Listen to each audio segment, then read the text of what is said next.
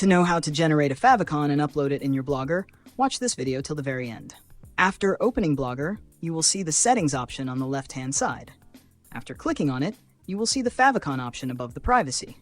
Now to create a favicon, go to a new tab and search Favicon Generator. Click on this website, realfavicongenerator.net. You can either make a demo favicon with a random image, or if you have an image that you want to use, click here on Select your favicon image. Double-click on your image. Try to keep your favicon image in a perfect square.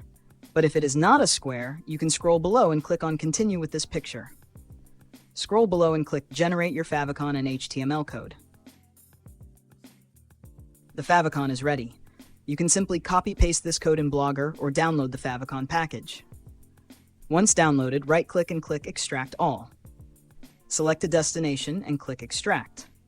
Open the file, and we have our favicon in different sizes and formats. To upload, go to Blogger and click Favicon. Click Choose File, select an image, and enter. You can see a tiny icon here. Click Save. To check the favicon, scroll below and click View Blog. You will be able to see your favicon here. If you like this video, then do drop a like, and thanks for watching.